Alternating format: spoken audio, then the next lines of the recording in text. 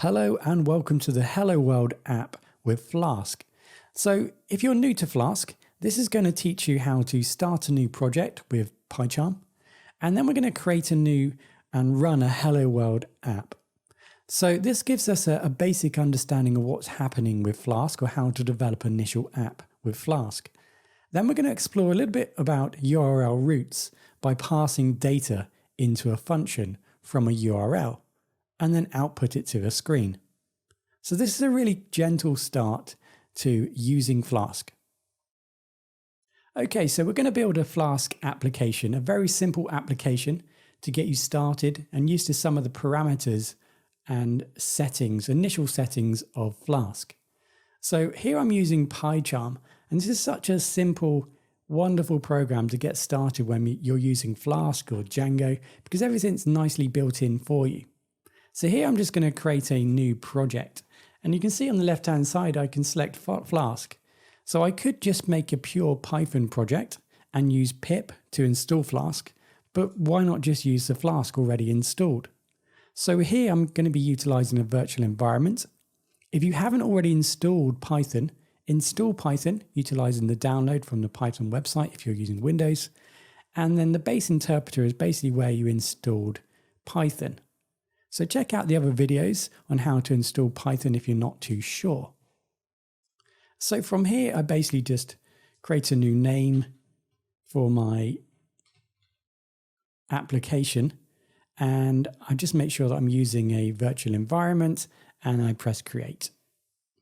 Okay, so if you follow the same process I have, you'll notice that when you start a new application, you'll have a new file called app.py. And that's already completed for you. So this is a very simple Hello World application. Okay, so let's quickly go through some of these settings. So first of all, we import Flask so that we can utilize Flask. And then we make an instance or a new instance of our app.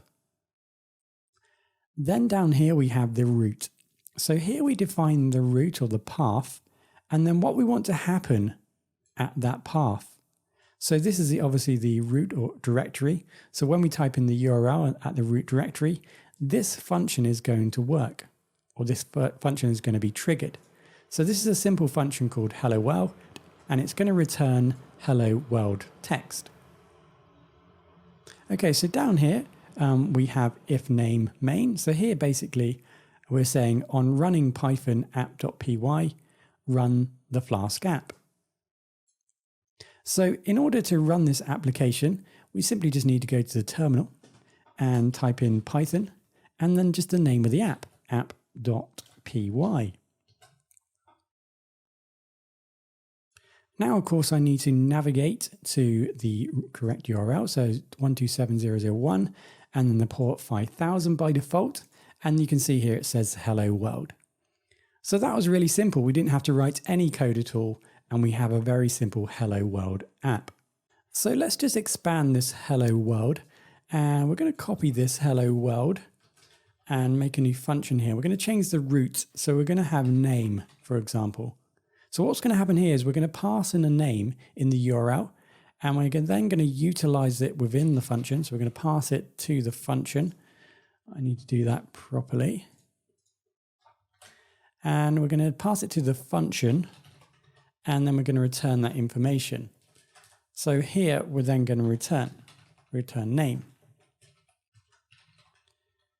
Okay, so we've also turned on debug mode equals true, because if we change anything now and try it in our server, it simply wouldn't work. We'd need to restart the server.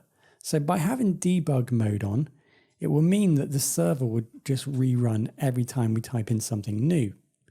So now we have the debugger on. If I just change something and press save, you can see that the server tries to restart and check for any errors. So that's a handy function to have on when you're developing. So let's just try and see if this works.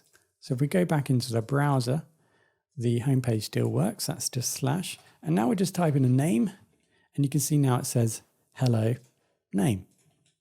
So I can just add a space there and try that again. And there we go.